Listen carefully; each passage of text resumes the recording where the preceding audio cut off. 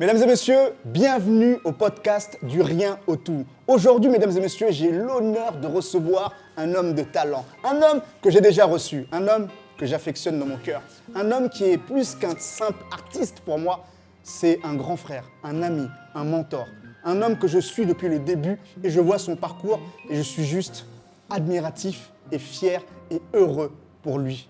Mesdames et messieurs, aujourd'hui, j'ai l'honneur de recevoir l'homme que l'on appelle Lotfi Abdelli. Je lui dis, tu me reconnais? Il me dit, frérot, je suis un fan de toi. Je te suis depuis 4 ans. Donc, je l'ai dans ma Jamel tête, mais pourquoi t'es pas chaleureux alors? Tu as 55 ans. Pourquoi tu l'as dit? Non, mais parce que dernièrement, Vas-y, il y a dis. une meuf que je trouve jolie. Tu m'as grillé là. Voilà. C'est un compliment pour moi. Si un mec comme toi, il me dit, tu t'habilles congolais, la culture de la sape, frérot. Le vrai truc qu'un artiste ne doit pas perdre, c'est l'enfant qu'il a en lui. Lotfi, ça va? Ouais. Bon. Super. Ah, on a commencé là. Ouais, ouais. Je te jure, non, parce que je suis parti. Tu parlais de moi, Ouais. l'homme qui a fait, l'homme que t'as, et je me suis dit, le mec, il a 200 ans, un truc comme ça. Je te jure, j'avais l'impression d'être une pièce d'histoire. Comme ça. Tu parlais de moi comme si j'étais dans un musée. Ouais, c'est vrai, c'est vrai. Mais non, mais pour moi, quelque part, t'es une pièce à part, si on veut parler de musée. Bah merci, mais voilà, je Ah. réalise maintenant. Tu réalises, tu savais pas, hein? Je suis en antiquité quelque part. Pas pour moi, mais on peut te placer dans un musée comme étant l'artiste qu'on ne voyait pas venir en France, mais Il est là. il est là. Ouais. Quand je te pose la question, je te dis ça va, c'est pas pour rien. Lotfi, est-ce que ça va? Ça va très bien, Ouais. toujours ça va. Tant que je fais ce métier, tant que je suis sur scène, applaudi, les gens rigolent du don de l'amour. Et la créativité, ça va. Après la santé, alhamdoulilah et tout, ça va. C'est clair. Je t'ai déjà reçu ici la dernière fois. Franchement, Ouais. j'ai eu beaucoup de retours positifs. Les gens t'aiment beaucoup. Ouais, mais ça a clairement. bien marché. Ça Ça a bien marché. Je suis vraiment très content. Et ce qui était important pour moi, c'est de te revoir maintenant. Parce que depuis l'enregistrement, il s'est passé beaucoup de choses dans ta vie. Et il se passe encore, à l'heure où on se parle, des choses intéressantes. Là, il y a 2 jours, je crois, tu as fait un passage là pour le Jamel Comedy Club, si je ne me trompe pas. Ah ouais, j'étais pris pour l'émission qui tournait, Yes. Jamel, chaque année pour Canal+, et tout. Ok. Et j'étais sélectionné, choisi, et on a passé un moment extraordinaire. Ce qui était bien pour moi, ce qui est magique pour moi, c'est d'être dans cette émission déjà. J'ai toujours rêvé d'être là et de croiser Jamel parce qu'on se connaît, on se suivait, Ouais. on s'envoyait même des messages Avant avant de se rencontrer, de se rencontrer là physiquement. physiquement, vous vous échangez par Bah, email, par email, et après réseaux lui, il sociaux. suivait ma carrière parce qu'avant je jouais en arabe et tout ça. Il a même commencé à suivre ma petite carrière en France. Et moi, je l'ai toujours été fan de Jamel, je l'ai toujours admiré, l'homme et l'artiste. Jamel, c'est- Et rencontre. D'accord. Et c'est incroyable. Et comment s'est passée la rencontre? Magnifiquement bien. J'étais devant la porte de Jamel, Ouais. comme ça, et lui il rentrait. Ok. Rentrait pour faire les répètes et tout ça. Je parlais avec une humoriste et il me dit bonjour. et comment il m'a dit bonjour, c'était pas très chaud au début. Ok. Et je lui ai dit, tu me reconnais? Il m'a dit, frérot, je suis un fan de toi. Je te suis depuis 4 ans. Donc Et j'allais Jamel dans ma Debbouze. tête, j'allais dire dans ma tête, mais pourquoi t'es pas chaleureux alors? Et non, parce qu'il se concentrait, il était dans la rue, tout ça, les gens commençaient, tu vois, il était agacé un peu par. Tu Ouais, vois. ouais, normal. Je ouais, connais ça quand tu es dans la rue, les gens. Et du coup, on est rentré. Après de croix, il a regardé comme ça, il s'est assuré que tout va bien. Après, je te jure, il m'a appelé, on s'est assis dans sa petite loge et on parlait pendant une demi-heure comme ça. Incroyable. Et je découvre un mec super cultivé, un être humain extraordinaire et un artiste. Et quand je lui ai parlé, il m'a confirmé pourquoi c'est Jamel Debbouze, quoi, tu vois. Ok. Parce que c'est un monsieur qui a compris le métier, il a une vision, Ok. il se connaît, Ok. humble, il connaît sa vraie position, Mhm. il parle toujours de là où il a démarré, trappe. de rien, non même pas. Il parle Avant, de sa d'accord. pauvreté, là où il était, une famille modeste, et là où je suis arrivé, il n'oublie jamais, tu vois. Il est très aussi famille, très comme ça, tu vois. Ouais, ouais. Très- et moi, ça m'a touché et ça m'a rassuré énormément parce qu'on a parlé carrière, on a parlé, tu vois, métier. Nous, on a fait du cinéma, on a fait du théâtre, on est là sûr, aussi, bien on sûr. adore, on est passionné par l'humour. Ouais. Et donc, on a trouvé des petits moments où on se croisait, des moments où je dis, ah tiens, il est différent de moi, je suis différent. Et pour moi, c'était une très belle rencontre. Ah, c'est incroyable. Donc si je comprends bien, déjà toi à la base, Jamel, tu le connais, on connaît tous Jamel Debbouze, surtout oui, en France ouais. et même dans les pays du Maghreb. Ok, il a une résonance incroyable. Quand il t'a vu, il t'a dit « je suis fan de toi Bah ouais. ». Mais c'est un truc de ouf. Bah écoute, on se respecte beaucoup les artistes. C'est-à-dire, moi, je peux être fan aussi d'un artiste italien Bien sûr. qui fait du stand-up ou qui a une carrière de cinéma que personne ne connaît ici. Mais si je le vois, Bien sûr, moi, je suis toujours fan. bien sûr. Et Jamel était fan de moi parce que moi, je suis une star chez moi, j'ai fait des choses, m'a vu jouer en arabe, il comprend la barre, il parle bien, Bien sûr. il connaît mon parcours et tout ça. Et moi, ça ne m'a pas empêché, même quand j'étais au bled, d'être fan de lui. Et nous, on se dit, on s'en fout, t'es connu, t'es pas connu Bien ici sûr. ou pas.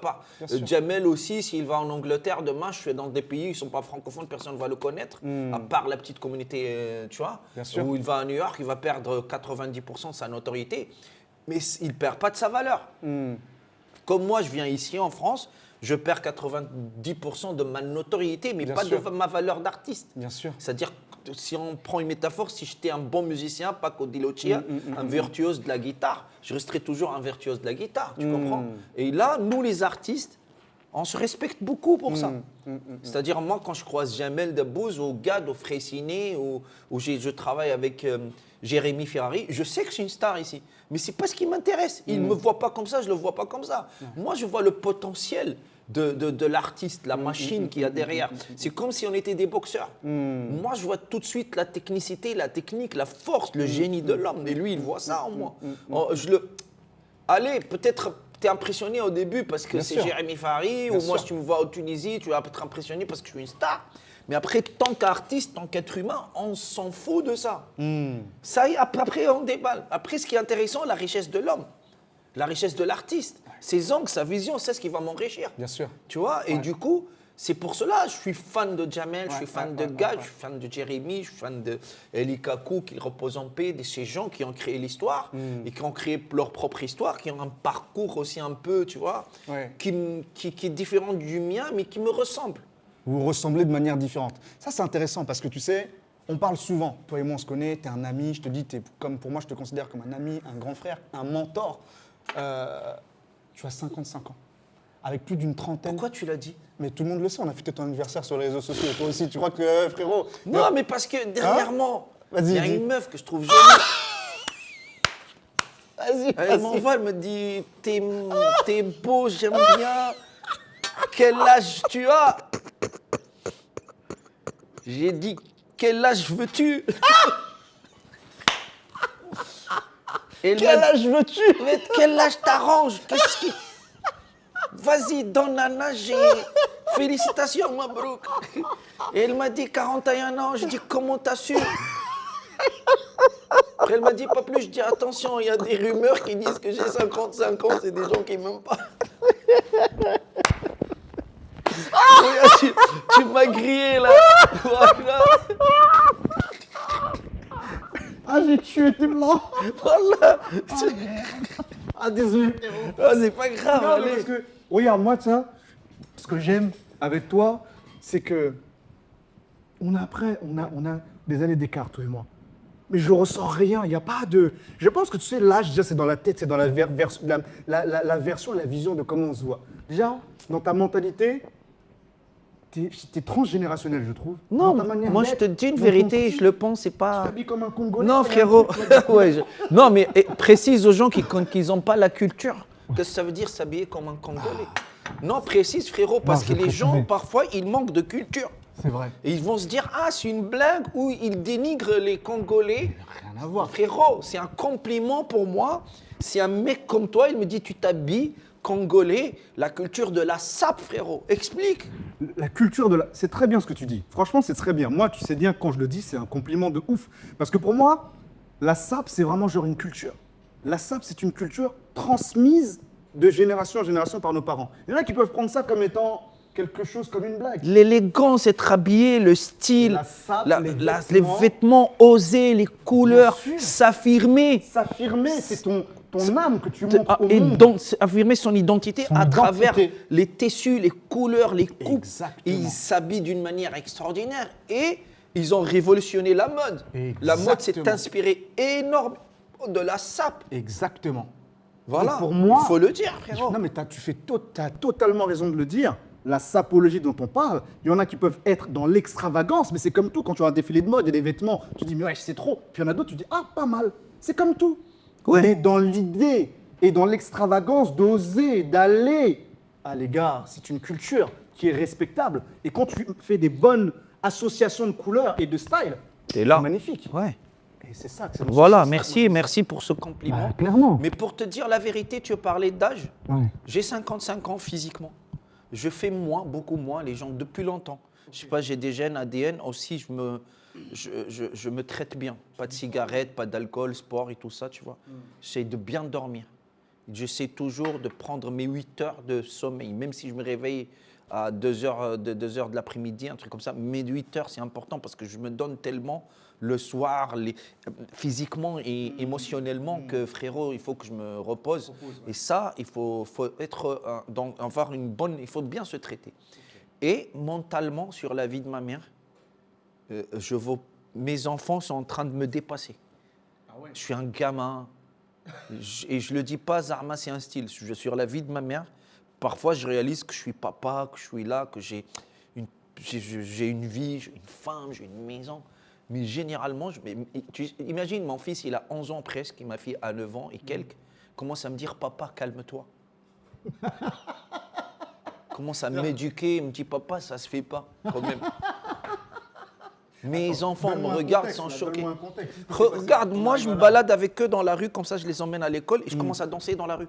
Je commence à crier, faire des trucs, ils me disent, papa, non, tu peux pas faire ça.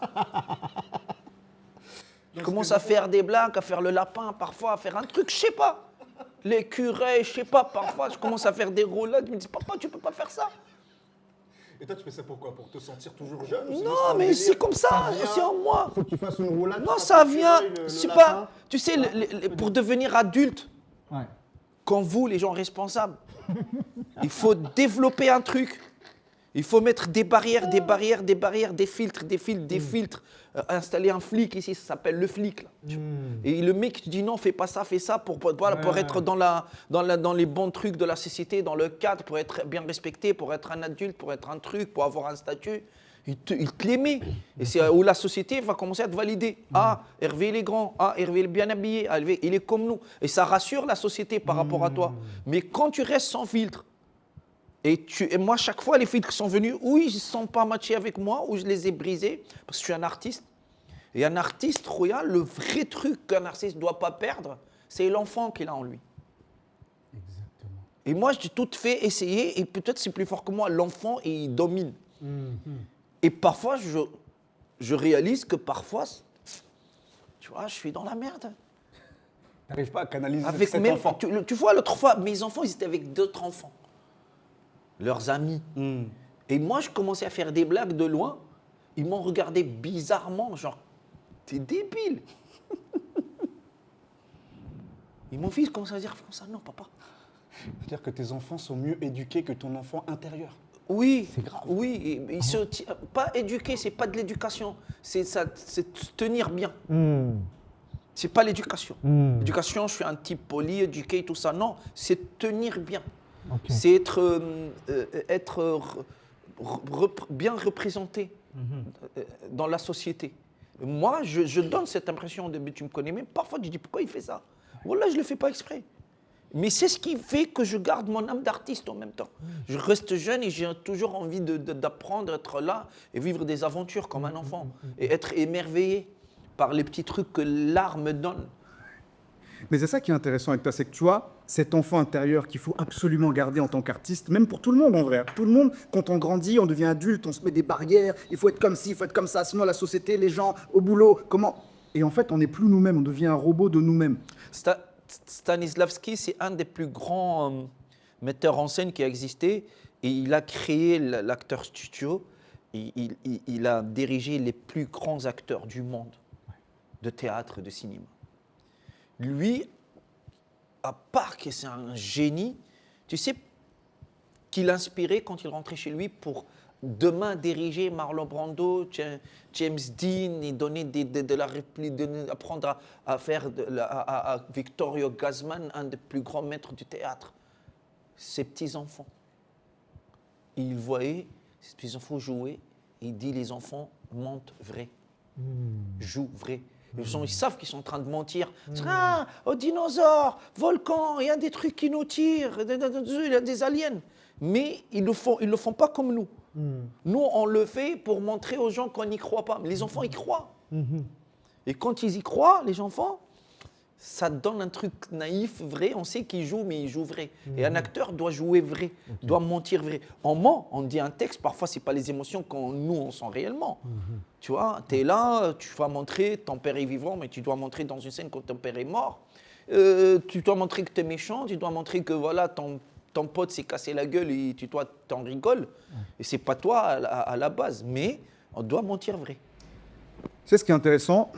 Tu me parles justement de ce côté-là enfant, mais en même temps, moi, quand je parle avec toi, à chaque discussion que j'ai avec toi, c'est un puits de connaissances. C'est une richesse, c'est un plaisir. Chaque échange, c'est vraiment, je te l'ai dit, hein, tu fais partie des rares personnes que je côtoie.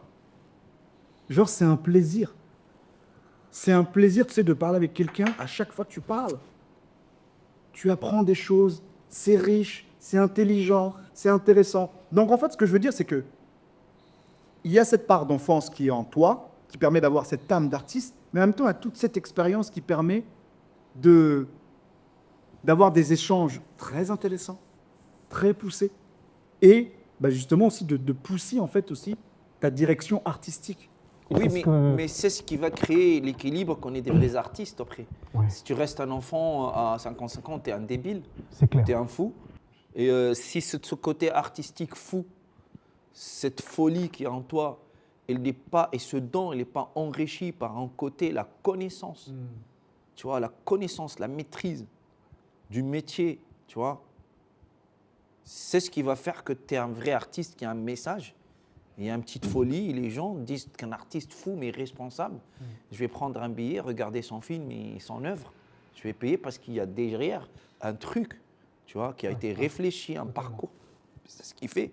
Et si aujourd'hui, avec toi, je suis comme ça, parce qu'aussi, tu me donnes envie de te dire ça parce que tu es un mec qui a envie d'apprendre. Avec un mec qui n'a pas envie d'apprendre, je vais dire que des conneries ou parler de météo ou des petites conneries vite fait. Comme ça, je ne vais pas m'approfondir parce que ça ne sert à rien. Perdre son temps. Quand je suis en face de gens comme ça qui veulent, tu sens qu'il y a une idée, qui sont là pour apprendre. Et c'est un grand plaisir. La transmission de notre métier est très importante. Exactement. Moi, c'est ce que je ressens avec toi. Beaucoup de transmission. J'ai passé beaucoup d'heures avec toi, on a parlé. Mais ce n'est pas juste des discussions basiques. C'est des discussions de transmission. Chaque échange avec toi, c'est de la transmission. Et en plus d'avoir des discussions, on parlait des discussions, on va dire, techniques, d'un point de vue humour, stand-up. À travers toi, je grandis. À travers toi et grâce à toi, je me challenger moi-même aussi. Par exemple, dans ton cas, et cas d'autres, il n'y a pas qu'avec toi, je le fais. Avec plein d'autres. Après, à quel degré, chacun ça, tu vois.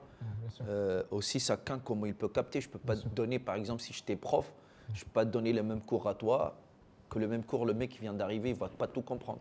Donc, ça ne sert à rien de donner des exercices que l'autre, il ne peut pas faire. Okay. Et du coup, moi, quand je vois les artistes comme toi, jeunes, ils sont là, ils ont du talent, il y a du métier, il y a un truc. Mais parfois, je les vois bloqués sur un truc coincé.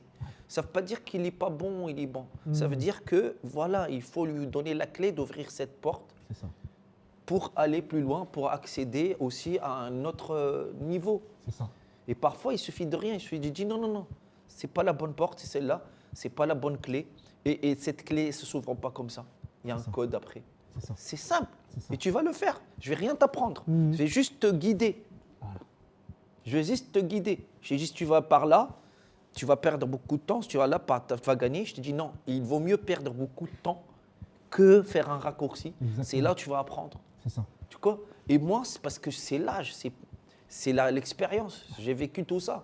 Et donc, ça me fait de la peine de voir des gens perdre du temps, comme à un certain moment, moi, peut-être j'ai perdu du temps, ou peut-être il y a eu des gens super intelligents, des grands metteurs en scène ou des chorégraphes, ils m'ont dit, l'autre fille, t'es bien, mais là, frérot, tu creuses dans le rien. Ça ne sert à rien. Creuse ici, c'est mieux.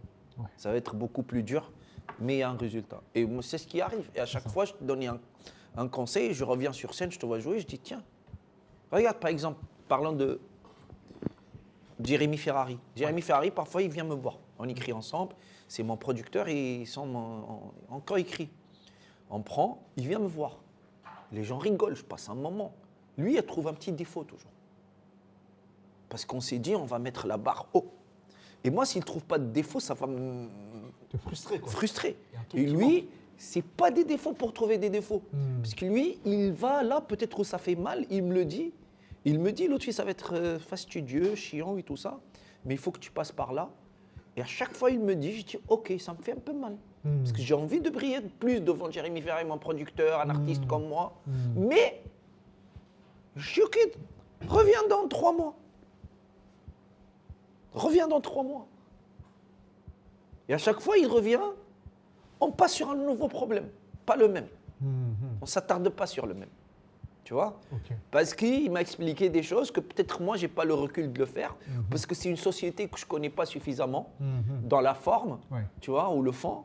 Il me dit, non, l'autre fille, la forme, elle est comme ça, le fond, il est comme ça, si tu vas vers là, sinon on va comprendre comme ça. Il me dit, techniquement, tu molles, tu vois. Et dernièrement, il m'a fait un très beau, pas compliment, un truc. Il me dit, là, tu commences à jouer d'une manière très technique.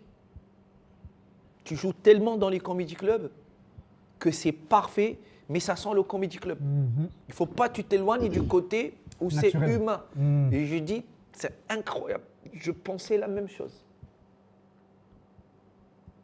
Mais je lui dis, même si je suis conscient de ça, il me faut le temps de pratique pour arriver à casser un peu la technique et laisser un peu plus mon humain sortir. Et c'est ce que j'essaie de faire et c'est ce qui commence à venir. Mais un vrai conseil comme ça. Par exemple, Jamel, il m'a regardé sur scène, il m'a dit, si tu dis ça, ça peut tout changer. Et je l'ai fait. Le lendemain, ça a tout changé. Et il l'a vu. Il revient, il m'a dit, tu as vu? Il était content que, tu vois, j'ai pris en considération ce qu'il m'a dit. Je ne lui ai pas dit, Jamel, ça va, j'ai du métier. Et il m'a dit, et après, il m'a dit, je m'excuse si je te l'ai dit. C'est incroyable, regarde l'humilité du mec. Et je dis, hé, tu m'as donné un conseil de ouf. C'est comme Messi donne un petit conseil à Zidane, c'est pas pour le rabaisser. Entre grands techniciens, j'ai tout de suite capté la valeur de ce que tu m'as donné et je l'ai exécuté. Et merci, frérot. Et moi, si demain je regarde Gad parfois, ou Freycinet, ou des gens, ou Redouane Bogaraba, il me dit, l'autre fille, même Gad une fois, il me dit, l'autre fille, ah là, t'es bon, mais là. Je dis, d'accord. Et moi, je vois Gad, je dis, ah, Gad, s'il te plaît, ce truc-là, il est fort, mais si tu vas là, il ne va pas me dire, calme-toi, je suis Gad Malin. Il me dit, ok, je vais le faire. C'est ça. Et c'est ça, frérot, c'est comme ça on apprend. C'est ça. Et c'est ça qui est intéressant. C'est qu'en fait, malgré tout le travail qui est effectué, d'ailleurs qu'on va développer, il y a toujours cette part d'humilité qu'il faut impérativement garder. Parce que si tu mets l'ego bloque, l'ego empêche d'avancer. C'est même pas de l'humilité. C'est le métier, il est comme ça. C'est comme demain, toi, tu dis je suis Maradona, je ne m'entraîne plus. Ouais, c'est clair. Ça va, frérot, j'ai 3 coupes du monde, je sais pas, je suis ballon d'or. Pourquoi vous voulez que je me réveille 8 heures et je m'entraîne? C'est pas possible. C'est comme si un des plus grands boxeurs du monde aujourd'hui, il est là. Il a mis tout le monde au chaos et je dis c'est bon, je dors demain, je vais faire la fête, je suis un bon boxeur. Et ton match pour récupérer ta ceinture. Eh frérot, t'inquiète, plus personne ne peut me donner des conseils. Non, tu te réveilles toujours et tu as le souci d'avancer techniquement, ne pas perdre déjà ce que tu sais faire et comment l'améliorer. Bien sûr. Tous les jours. Tous les jours. Ça ne s'arrête pas, c'est un beau métier, ça ne s'arrête jamais. Ouais. Mais justement, tu sais, on parlait de technicité. Et moi, je trouve ça intéressant parce que on a beaucoup parlé de ça, de technicité, toi et moi, off. Et ce qui était intéressant même, c'est parfois, avant de descendre sur scène, tu nous disais, Hervé, écoute là, tu vois, là, j'ai pensé à ça, je vais faire ça, comme ci, comme ci, comme ça.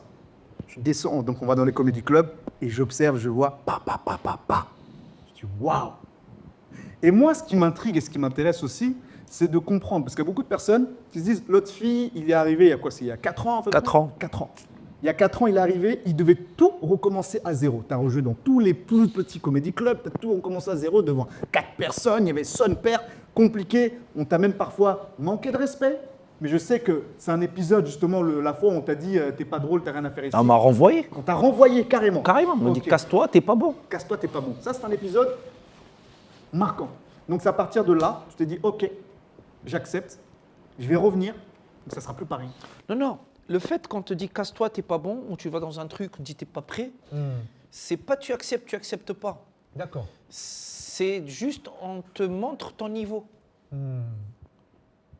Voilà ta vraie histoire. C'est brutal, c'est pas fin, mais c'est meilleur parce qu'il n'y a pas d'hypocrisie. Ouais. Regarde ce que tu vaux. Et pour nous, ça vaut rien. Toi, tu dis, ok, vous avez raison, je suis là, je reviens. Ça fait mal, hein. C'est pas que tu n'es pas une machine. Ouais, ouais. Ton ego, ton être humain, il en souffre. Souffre, mais relève-toi. Et je dis, non, ils ont raison, frérot. Et du moment où je suis devenu bon, je suis revenu, ils m'ont ouvert les portes. Bien sûr. Je suis devenu un petit chouchou. Voilà. Et je l'ai mérité. Je ne suis pas un chouchou parce que je suis pote du patron. Je suis un chouchou parce que les gens ils se disent, voilà, il y a un parcours, le mec il a travaillé, il s'est battu, il est là, il est bon. C'est tout. C'est le métier, il fait comme ça. C'est un exercice, je te le donne, t'es pas bon, t'es pas bon. Et ils ont leur business, les festivals, les comedy clubs, des trucs comme ça. Et si veulent t'es de bon, pourquoi ils ne l'efficacité. vont pas te prendre? Une grande équipe a toujours besoin de bons joueurs. Bien sûr. Tu vois? Donc, il ne faut pas prendre les choses personnellement, comme ça, dire, ah, émotionnellement. Tu sais, moins tu es professionnel, et plus tu vas prendre les choses personnellement. Exactement. Ça ne veut pas dire qu'il n'y a pas de personnel. Il y a toujours un petit ego, il est blessé. Ouais, Mais blesse-le, ton ego, tous les jours. Tape-le, je te jure. Traite-le mal, ton ego. Tu traiterais comment ton ego? Mal, mon ego, moi, je le mets toujours dans des phases où il n'est pas prêt. Ah ouais. Comme quoi, par exemple? Même parfois, je suis là, j'ai réussi un truc. Lui, il est content, il est là. Parfois, il prend le dessus. Hein. C'est lui qui parle aux gens, c'est lui qui se promène, c'est lui qui s'habille. Il se la raconte. L'ego. Moi, il me laisse en fond d'écran, quoi, tu vois. Parfois, je lui montre 2-3 trucs. Je dis là, frérot, t'es pas bon. Là, si tu veux atteindre le génie, Zarma, tu prétends être super bon, là, t'es loin. Et tant qu'il n'y a pas ça, ça reste un peu de la merde ce que tu fais. C'est pas propre. C'est pas du Chanel.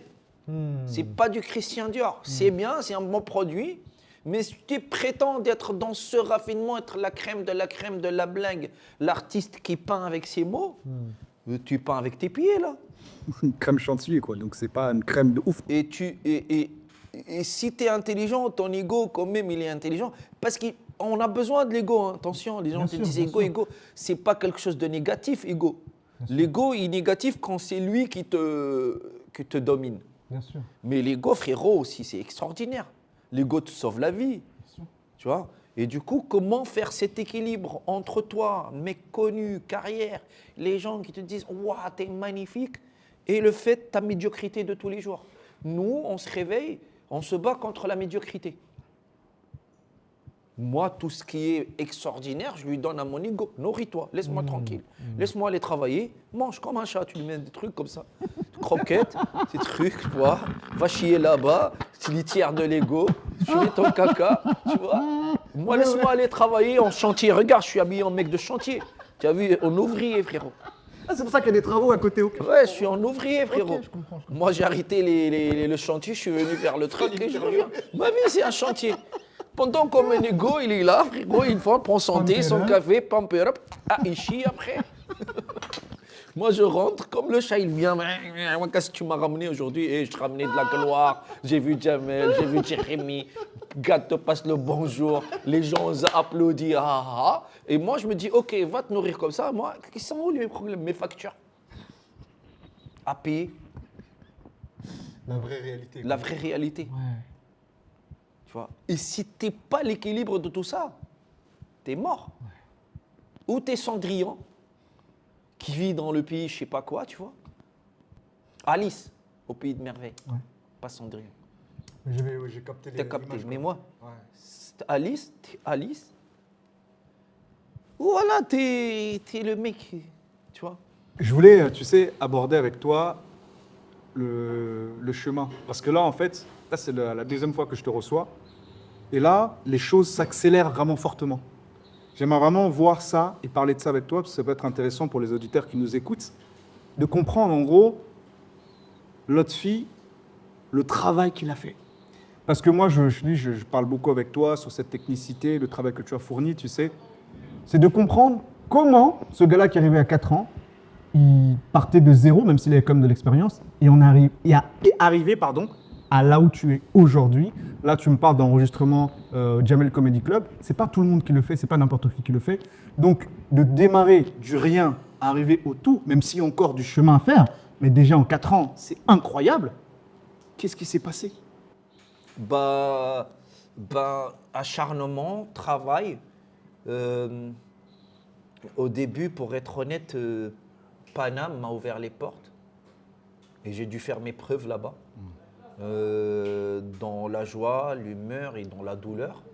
Et c'est là-bas, le labo, où j'ai compris ils sont où. Si un vrai artiste, un vrai technicien, un vrai champion de foot, de Formula One, on a nos acquis. C'est pour cela qu'on est là. Ouais. On a un petit don, Dieu nous a donné, on l'a développé. Mais nous, il faut tout de suite, quand tu rentres sur les terrains, tu vois les obstacles. Plus tu repères ce qui va pas mal, ce qui va mal, et tes obstacles, et plus tu vas t'en sortir. Ouais. Et moi, dès que je suis arrivé, il y avait des montagnes d'obstacles. J'avais 2 choix, ou rentrer chez moi, arrêter, rester dans mon confort là-bas. J'ai des centaines de milliers de personnes qui m'attendent pour jouer, des films, des projets, de l'argent. Ou, soit un homme affronte et monte au sommet de cette montagne un jour, et tu crées ta propre histoire. J'écris plus pour les gens. Avant, j'écrivais pour le public. J'avais un public qui m'attendait. Non, aujourd'hui, j'écris pour moi. C'est une deuxième vie. Et je dis, voilà. Et du frérot, il faut commencer aujourd'hui avec un truc irréalisable au bas de l'échelle là-bas. Une énorme montagne, t'es rien du tout, t'es minuscule comme ça. Tu vas te battre. Wow. Tu vois? Incroyable. Et j'ai travaillé que sur ça. J'ai tout de suite compris que le premier obstacle, c'est la langue. Deuxième obstacle, les blagues se traduisent pas. L'humour, ça ne se traduit pas. Et si tu ne connais pas les gens dans leur psychologie, dans leur tabou, sociologiquement, anthropologiquement, leur histoire, la sensibilité d'un Français, d'un mec comme toi, d'un mec d'ici, les codes, une mise à jour. Par exemple, l'humour, généralement, se base sur la tension que tu crées avec les gens. Et la tension se crée sur 3-4 sujets. Le sexe, la religion, politique. OK? Et le petit truc social. Et les 3 trucs les plus dangereux. Dans certaines sociétés, moins dangereux que certains autres. On n'a pas le même rapport et les mêmes lignes rouges, les Arabes et les Occidentaux, avec le sexe. Non. Tu vois? Si on prononce un mot sexe chez nous, déjà, c'est une catastrophe. Moi, je l'ai fait, je sais de quoi il s'agit et je l'ai abordé autrement. J'ai dit sexe. Dans mon pays, c'est passé, les gens ils sont là, ils sont un peu, tu vois, gênés, ils rigolent. Les femmes, et il y en a même qui scandalent. Ouais, putain, ils parlent de ça, sexe, c'est sale, c'est ça, on est prude. Il y a certains pays arabes où j'ai dit le mot sexe dans un pays, je ne veux pas citer parce que je respecte beaucoup le pays. Je suis allé en invité. Et moi, dans mon sketch qui marchait tout le temps, j'arrive et je dis, nous, les Arabes, on a un problème avec le mot sexe. Le mot. J'ai dit, non, je ne sais pas ce qu'il y a. Nous, pour nous, c'est sale. Tu ne peux pas dire en public sexe. Tu vois? Ouais. Je dis, par exemple, regarde, les Européens, ils n'ont pas un problème. Une Européenne, elle passe dans la rue, je dis, madame sexe. Elle n'est pas choquée. Elle ne t'insulte pas. Elle te dit masculin ou féminin. C'est un genre. Madame sexe. Madame sexe, tu poses la question, elle te dit masculin ou féminin. Tu vois? Chez nous, tu vas recevoir une baffe. Même avec ta femme, tu as déjà tout pratiqué, tu as tout fait, tu lui dis sexe, il dit respecte-moi. Et son père, il va venir te tapasser, son père, il dit toi, tu dis à ma soeur sexe. Tu sais, c'est une grande famille, tout ça. Je te jure, j'exagère un peu, mais c'est un sketch. Ce sketch, les gens rigolent, je développe parce qu'on n'a pas eu d'éducation sexuelle, nous a jamais expliqué comment on fait des enfants. C'est pour ça, en fait, que le sexe, c'est un peu tabou. Ouais, tabou et tout ça, et je dis peut-être religion, c'est haram et tout. Et je développe, c'est pas par hasard. Je développe un truc social, c'est une vérité. Ok. Comment nous, les Arabes, c'est tabou, on est pudique, on ne parle pas de ça. On le fait bien même. On ne parle pas beaucoup, on le fait bien.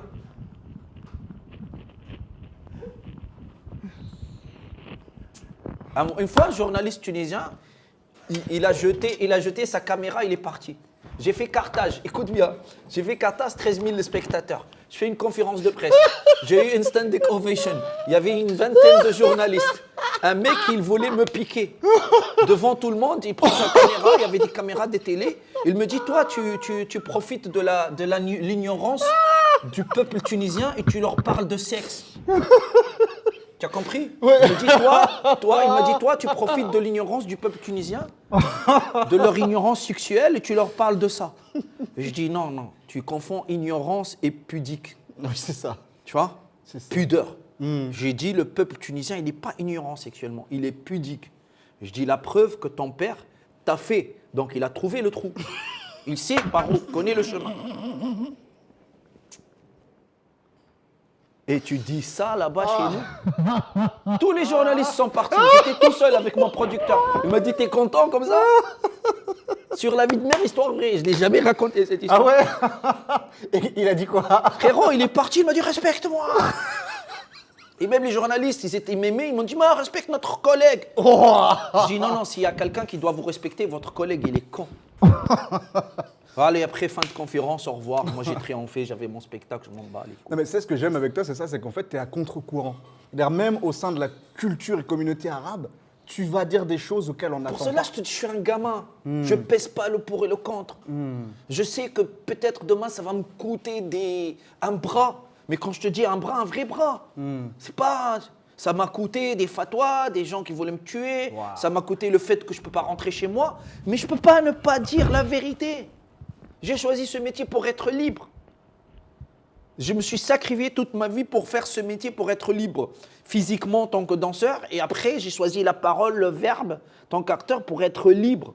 Pour dénoncer des choses, pour les dire. C'est pas aujourd'hui que je vais faire le médiocre, ni l'hypocrite. Trop tard.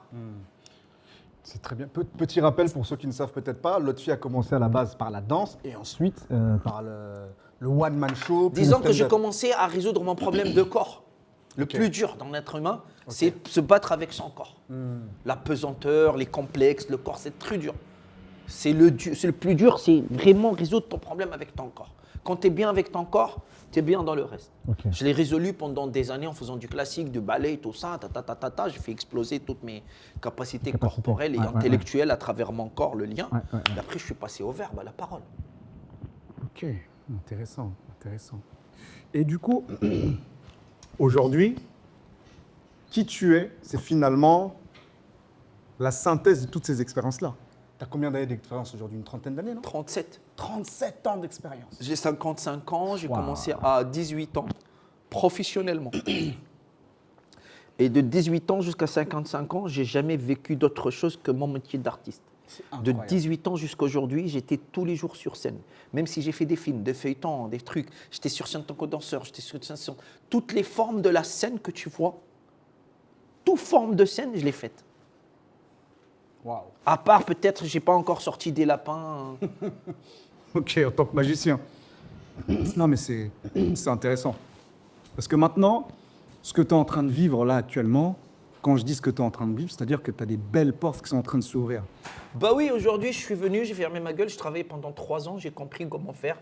Je commence à avoir un public devant moi, français, francophone, d'ici, quoi, dans une langue qui n'est pas la mienne. Ils commencent à les tuer de rire, je commence à leur parler d'eux, ils commencent à rire.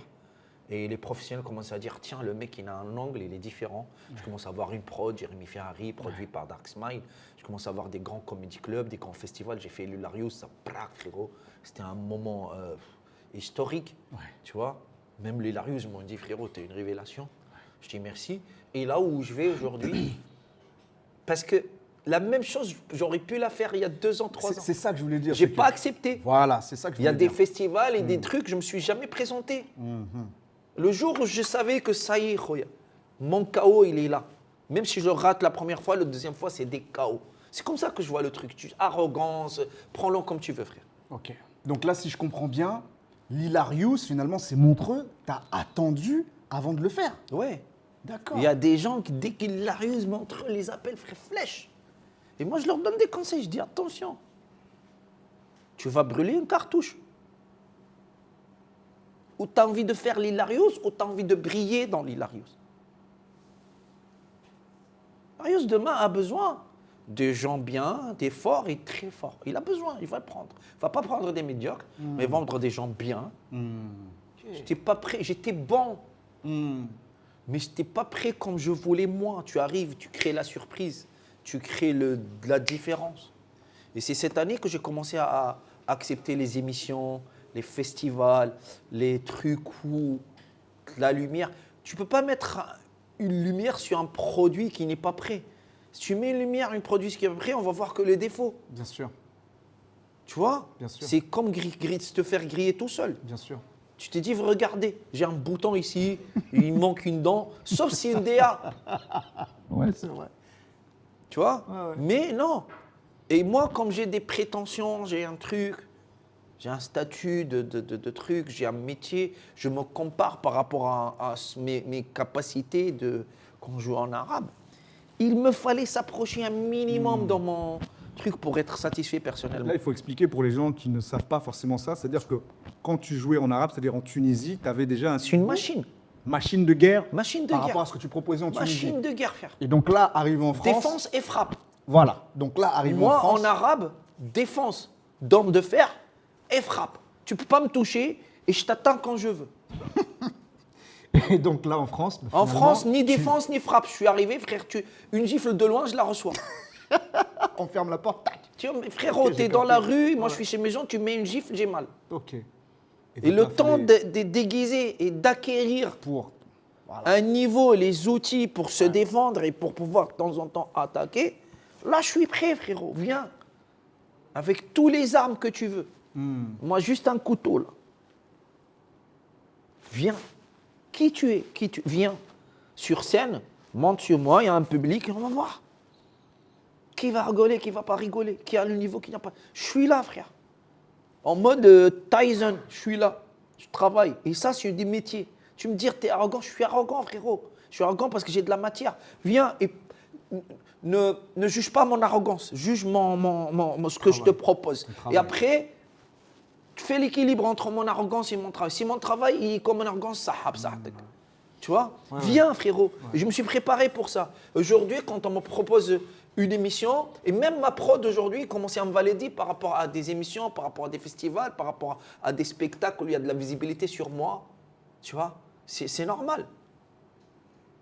En fait, l'arrogance dont tu parles, c'est en fait, tu as tellement travaillé d'arrache-pied que tu sais le travail que tu as mis en je place. te dis une vérité, je vais être encore plus arrogant. C'est pas de l'arrogance. Pour les faibles, pour les gens qui ne connaissent pas le métier, qui ne connaissent pas comment ça se passe, c'est de l'arrogance. C'est de la conscience de soi. Exactement.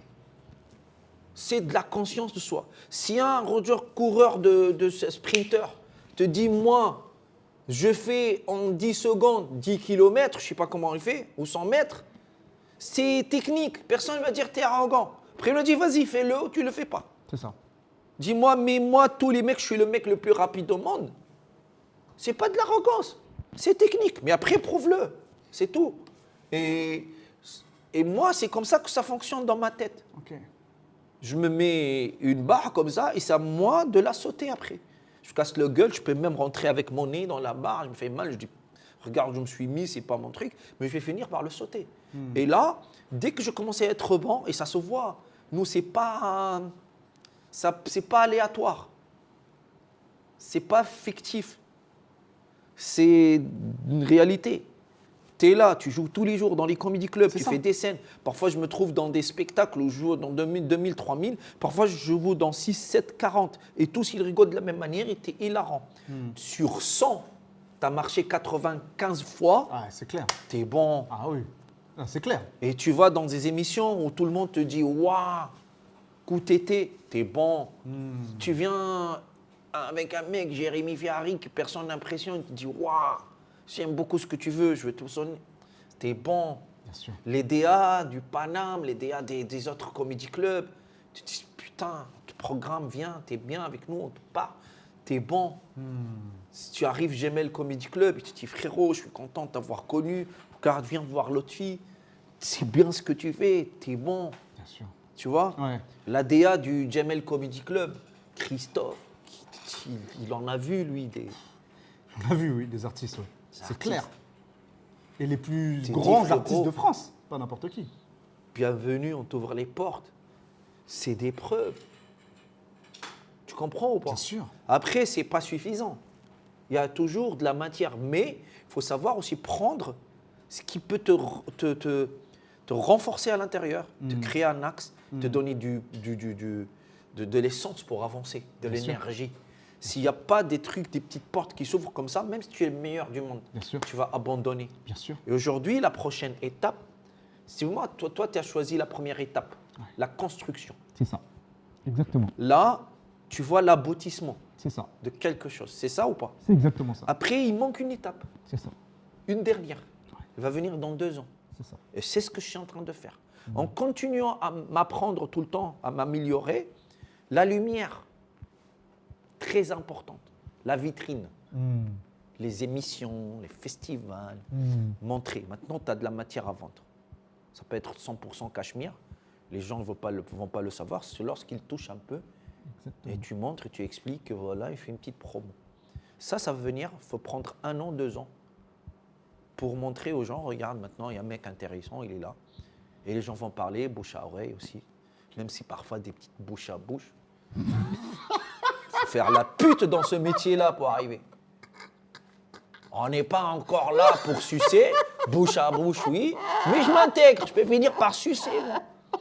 Moi, quand je fais une affiche avec des cochons, frérot, et Jérémy Ferrari m'a obligé de faire ça, je le dis maintenant, je m'en bats les couilles. C'est pas faire la pute, ça. De ouf. Bouche à bouche. Ah, incroyable. La photo avec les cochons, c'était incroyable aussi. Bah ouais. Comment tu t'as senti ça? Comment il y a le cochon, tu te regardes, comment J'étais par avec rapport à des ta vrais foi, cochons, c'est pas frère. Eh, oh, Je sais, c'est des vrais cochons, j'ai vu les vidéos. c'est des vrais. Je suis allé en Normandie avec l'équipe de Dark Smile. Par rapport Un à vrai ta foi. cochon rose, il me regardait, frère. Je le regardais. Par rapport à ta foi, c'est comment pour Non, par rapport à ma foi, regardez un cochon. Les gens vont parce qu'ils sont cons. Ok. Aucune religion t'interdit d'être copain avec un cochon. Moi, je le dis dans ma sketch, je suis musulman, je ne peux pas être copain avec un cochon. À mes enfants, mais pour rigoler. T'es pas pig. Ouais, bien Papa sûr. Pig, nanana. Après, tu peux être copain avec un cochon. On ne le mange pas. Et moi, le cochon, il m'a vu. C'est la première fois que je vois un cochon prier. Il s'est dit, Inch'Allah, c'est un vrai musulman, il ne mange pas du cochon. J'ai pas envie de finir en merguez. Parce que nous, les cochons, c'est pas des petites saucisses et tout ça. Nous, on va mettre tellement de l'épicé qu'il va avoir les hémorroïdes dans son cul, le cochon.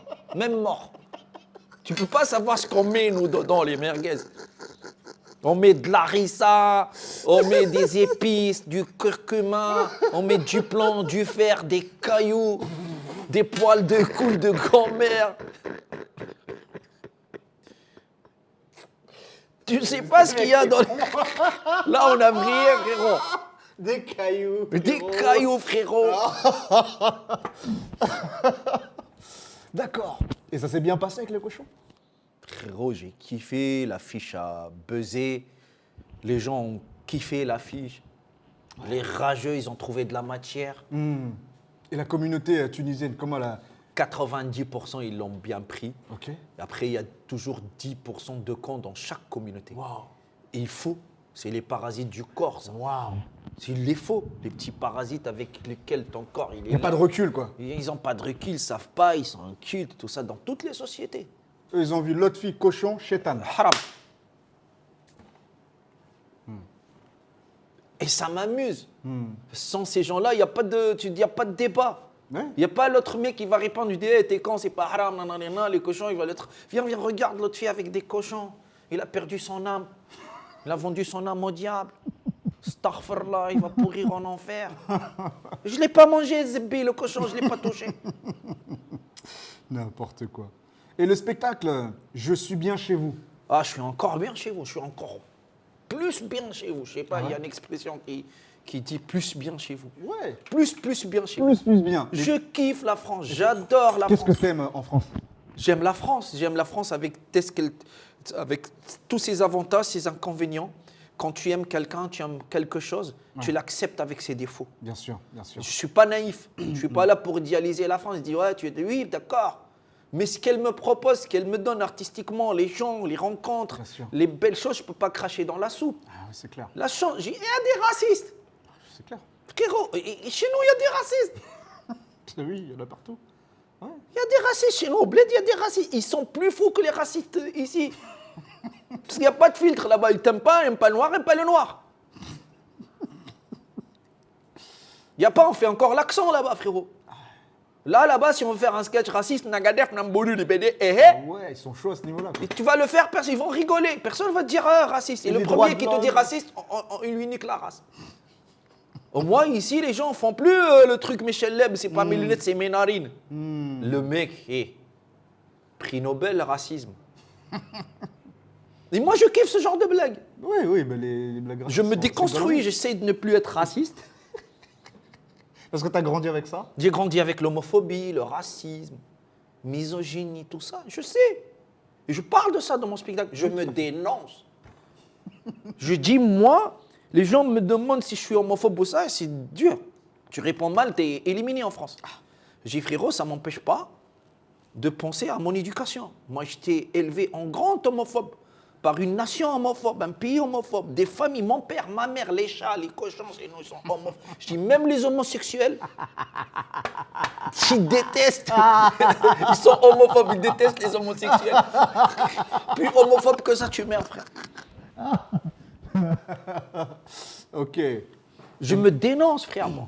Tu commences à te dénoncer pour avoir de la crédibilité. Et pour être honnête, artistiquement. Je peux pas faire le mec, ouais, je suis pas homophobe. Bah, c'est vrai que j'ai des amis homosexuels, ça me dérange pas, à aucun moment je le vois, je vois un être humain. Mais si tu me ramènes vers ça, aller vers mon ADN, comment j'étais élevé, oui. C'est une vérité. Mais c'est plutôt honnête de l'admettre. Mais et de après, vouloir se comment on peut déconstruire. vivre entre nous avec le respect, tolérer, accepter ta différence, pas tes qualités, tes défauts, ta différence. Et c'est ça ce qui manque à certaines personnes pour bien vivre ici, et aux racistes, pour ne pas être raciste. C'est Bien cette sûr. tolérance. Et je dis, moi, dans mon spectacle, si aujourd'hui je suis confronté au racisme, un vrai raciste, il m'affiche devant tout le monde, méchant. Il me dit, casse-toi, rentre chez toi. Tu lui dis quoi? Je lui dis non. C'est tout. Je dis non. Je te jure, c'est pas mon projet. Mon projet, c'est rester ici. Je suis bien chez toi. Et je lui dis sincèrement, je suis très naïf. Je dis sincèrement, c'est beau chez toi. Profite. T'as la CAF. T'es fou, frérot. T'as Pôle emploi. Ah putain. Profite de ce pays extraordinaire. Pourquoi tu laisses les émigrés profiter de la CAF? T'es con. C'est toi qui es con qui laisse les émigrés. Tu laisses une brèche. Hein. Profite. C'est clair. Après, je dis, ton pays, il est beau. Après, si t'es pas content d'être ici, que je sois pas ici, c'est liberté. T'as le droit. Mais toi, si t'es pas content, la France, comment elle est aujourd'hui, toi, quitte la France. La France, on l'aime. Ou on la quitte. Voilà, je voulais dire cette phrase en blanc. Je l'ai placée. Ouais, c'est clair. Quitte la France. Toi, tu peux quitter la France. Ton passeport, aujourd'hui rouge comme ça, il est tellement puissant, tu peux aller partout. Nous, avec le petit passeport vert, là, terminus. On bouge plus d'ici. Tout à l'heure, on avait parlé hors caméra. Tu m'as dit un exemple, ça m'a fait rire de ouf. Avec le fait de pouvoir voyager, des gens Ah qui ouais, vont moi aux ici, États-Unis. ils ne se rendent pas compte. Les Blancs, les Français, toi aussi, parce que tu as un passeport français, tu es blanc dans ta Je suis un bounty, dis-le. Ouais. composante psychologique. Ouais. Tu es blanc, regarde. De ouf. Et vous ne vous rendez pas compte des opportunités que vous avez. Vous pouvez voyager. Et même si tu es pauvre ou moyen, un Français voyage 2 fois par an. De ouf. Tac, tac, Internet, il passe. Avec ton passeport, tu voyages. Moi, c'est pas ce qui me choque le plus. Ce qui me choque, ce mec, il part à New York, il part en Hollande, il part en Italie, il part partout, dans des pays extraordinaires. Il revient. Le Français revient, regarde. Ça choque toute l'Afrique. Tu vois, l'Afrique, là, le truc là, la femme enceinte avec son truc, avec son nez. Ah ouais. L'Afrique, ça la choque. Nous, les Africains, et moi, Tunisiens, Arabes, si on voyage pour ne plus revenir, pour s'installer. Moi, si je voyage à New York, comme là, en France, je m'installe, j'installe des enfants, je fais des enfants. Je fais à tout le monde des enfants, frérot. Même aux écureuils, les oiseaux, les rats à Paris, ils sont enceintes de moi. Après, je change de nom, je change de pays, et puis je reste, je ne bouge plus. Je propage mon ADN partout. Non, on s'installe à vie, on construit une vie. J'oublie l'arabe. Tu parles plus arabe, là. Voilà, tu me dis 3 mots en arabe, je sais pas ce que... Tu sais, au bled, jusqu'à maintenant, depuis 50 ans, il y a une phrase que j'entends. Tu dis, je suis parti en France, je suis parti en Allemagne, je suis revenu. T'as tout le quartier, il dit, viens. Le bâtard, il est revenu. Pourquoi t'es revenu, il est fou. T'es revenu, t'es allé en France, t'es revenu. Les gens te regardent mal. Ah ouais. Et le Français, il revient avec des petites photos, selfies. C'était magnifique, on a visité. Des souvenirs. Des souvenirs. Ah, j'avoue, hein, c'est vrai. Moi, si je pars, c'est mon pays le souvenir.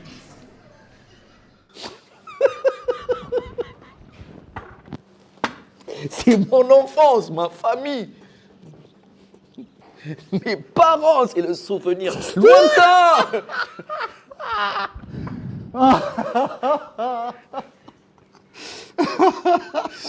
Il me dégoûte.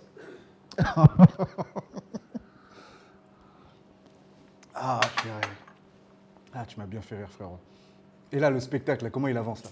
Ah, avance super bien, je maîtrise de plus en plus mon spectacle. Je commence à avoir un public de plus en plus éclectique. Tu as vu les mots que je commence à utiliser? Il y a 4 ans, éclectique. Hekroui. Jamais. Je commence à voir des Algériens, des Marocains, des Tunisiens, des Arabes de France natifs d'ici, des Blancs, des Français, des Renois. Je commence à voir de tout. Et c'est magnifique parce que tu as une salle pleine de tout et tu fais les faire rire tous C'est aux important. éclats. C'est important de préciser ça parce que Dans les débuts, quand tu jouais, moi je venais faire tes premières parties, je jouais avec toi et tout.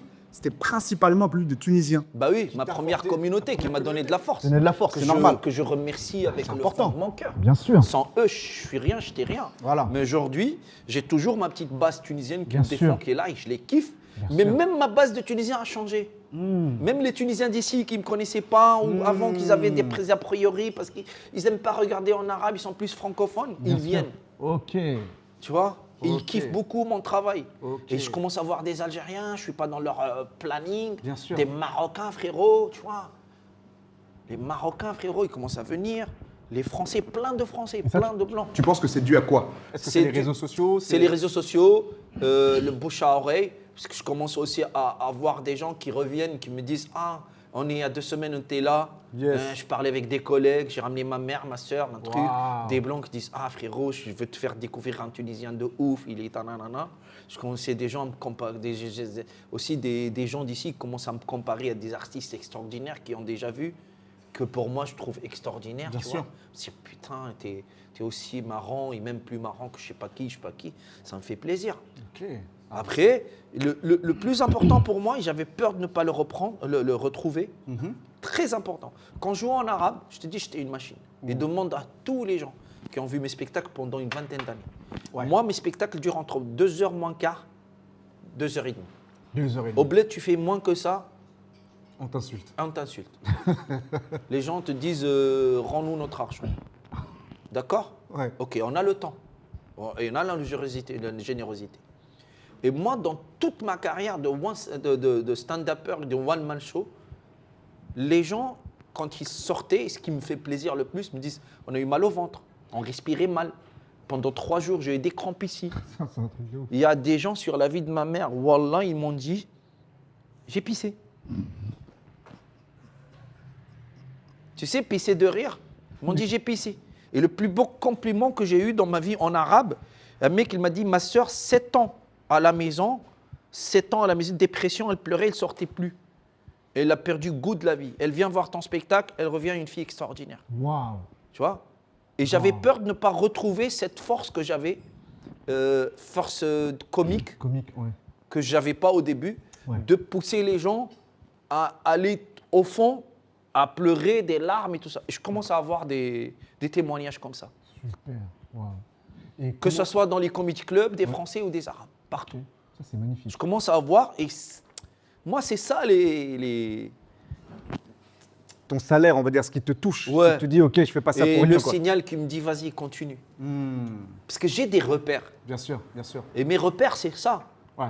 Moi, quand je suis arrivé à ça, tu peux pas te contenter d'être juste marrant. Moi, et j'avais peur que il y a des gens qui ont déjà vu mon spectacle en arabe me disent, hé, T'étais mieux. Mieux avant. Ah là là, ça me blesse. Bah, c'est normal. Et là, je commence à voir des gens me disent, Wallah, je suis mal.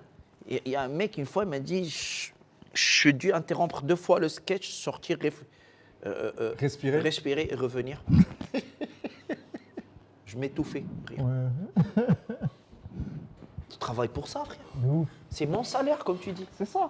Non, mais c'est vrai que quand on t'entend, c'est les gens qui t'ont pas vu, c'est réel. C'est pas juste des paroles pour le plaisir. non. Je l'ai Et vécu, moi, je je le suis avec vois. lui, c'est réel. Ouais. Non, mais c'est clair. Mais c'est vrai que quand tu entends quelqu'un dire ça, on dit Comment ça à respirer? Non, c'est réel. c'est réel. Il y a des gens qui sont très drôles. Il faut le vivre pour le voir, pour le Ouais, il faut comprendre. vivre ça pour comprendre. Pour comprendre que non, c'est réel, ça Et existe. s'il doute, venez. C'est ça. Si tu doutes, venez, remboursez. Allez voir son spectacle. C'est Soit comme là, la si sécu. tu doutes, je te rembourse. Comme la Écris-moi sécu. déjà que tu Ok. doutes. D'accord. Je vais venir voir ton spectacle, je doute que tu es hilarant, tu me rembourses. Je te rembourse avec un café. Un macchiato. La précision du mec. C'est très précis, on sent que tu connais l'Italie. Non, et comment tu vois ton spectacle là, dans les prochaines années? Ben, les prochaines années, je dois mon spectacle. Il faut que maintenant, à partir de ces 2 années qui viennent, mon spectacle va toujours s'améliorer. Là, on travaille, on réécrit. Ok. On va garder toujours la fraîcheur. S'il y a des trucs qui deviennent un peu anciennes ou qui me parlent plus, ça va disparaître. On va toujours améliorer pour trouver les trucs, pour aller à l'essentiel. Le message, il reste là. Et de plus en plus connu, et visibilité, c'est le plus important aujourd'hui. Le produit commence à être là, la visibilité, c'est très important. C'est ça. Et travailler la visibilité, la communication, le personnage. Et moi, de plus en plus, retrouver le naturel que j'ai commencé à trouver, mais je sais que je peux aller plus loin, pour être honnête. Ok. Le chemin n'est pas fini, ça sûr. continue. Quand tu dis on travaille, c'est bien avec Jérémy Ferrari. La prod, oui, Jérémy Ferry, la prod et tout, parce qu'il y a un souci artistique, tu vois, et c'est des gens qui ont des grands noms dans leur écurie, et que moi, je me trouve aussi avec ces gens-là, que j'ai envie qu'un jour, Jérémy, et ma prod, et Mika, et tous ces gens-là, disent, bah, c'est notre artiste. Ils commencent à le dire, avec fierté. Pas genre, putain, on l'a signé, et on ne sait pas comment s'en débarrasser, ou c'était pas ça et tout. Je vois qu'ils soient fiers de moi, Bien sûr. que ma mère aussi, elle soit fière de moi. Le Tunisien qui n'a pas de bled, et même ici, qui n'a pas un Tunisien qui le représente, et un Maghrébin, un Africain comme toi, il dit putain, j'ai mon frère, il est super drôle, hilarant, avec des textes. Je veux ça. Bien sûr. Je veux pas de l'argent. Je veux juste de quoi vivre, mais je veux ça. Ok. Et l'autre fille, si on a un dernier mot, qu'est-ce qu'on peut te souhaiter pour les prochaines années? Moi, ne me souhaite rien, frérot. Je vais t'arracher les choses tout seul. Tu vois? Il n'y a pas de dernier mot avec moi.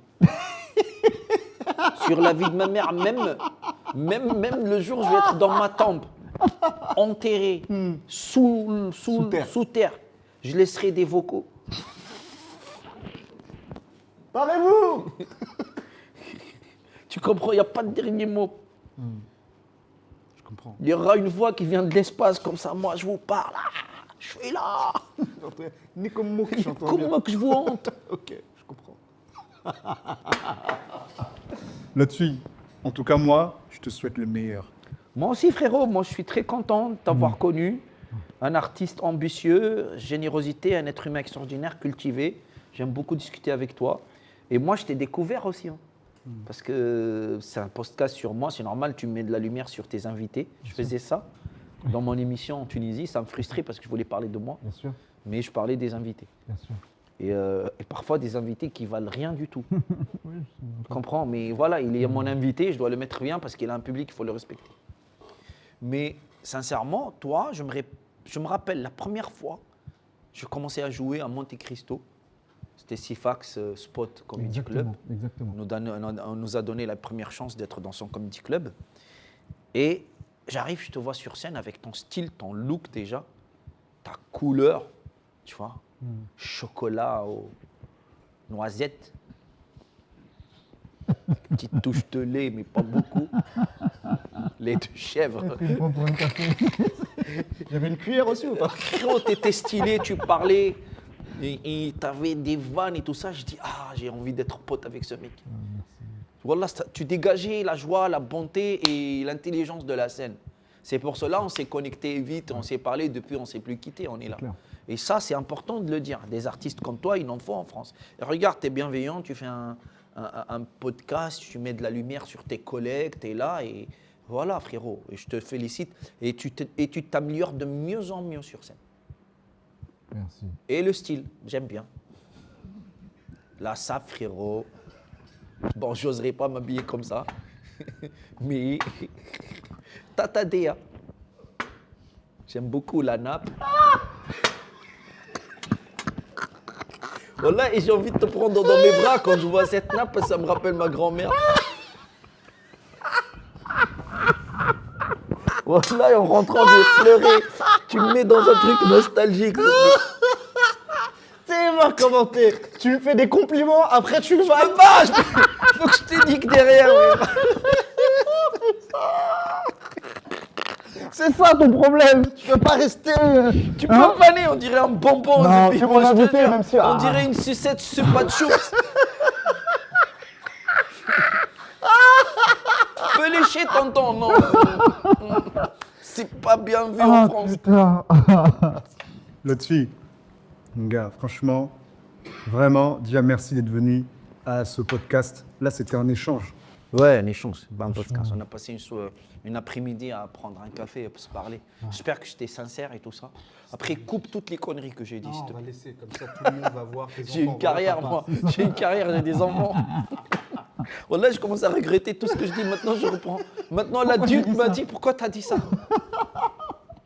Non, franchement, merci beaucoup. Merci, C'était frérot. un plaisir comme à chaque fois. Merci Je tout le monde. Tout de la réussite. Et merci pour l'espace aussi. Exactement. On a joué ici, c'est un très bon comedy club, il faut dire aux gens. Les frangins. Il y a des tueurs, Comedy Club. il y a des tueurs qui jouent ici. De grands artistes qui viennent et qui jouent ici. Donc le Frangin Comedy Club, c'est le lieu qui fait restaurant, bar, tenu par Jérôme. Qui On nous a- mange bien, On mange bien. on est bien accueillis, ils sont adorables. Exactement. Après, tu as de la qualité sur scène. Exactement. C'est vraiment bienveillant, on est bien, il y a une belle ambiance, le public aussi. Et je vais revenir bientôt jouer ici. Avec Hervé, on va être la même. Avec grand plaisir. Avec grand Notre fille et ses amis. Ah, avec grand plaisir, mon frérot. Je crois qu'il n'y aura que toi.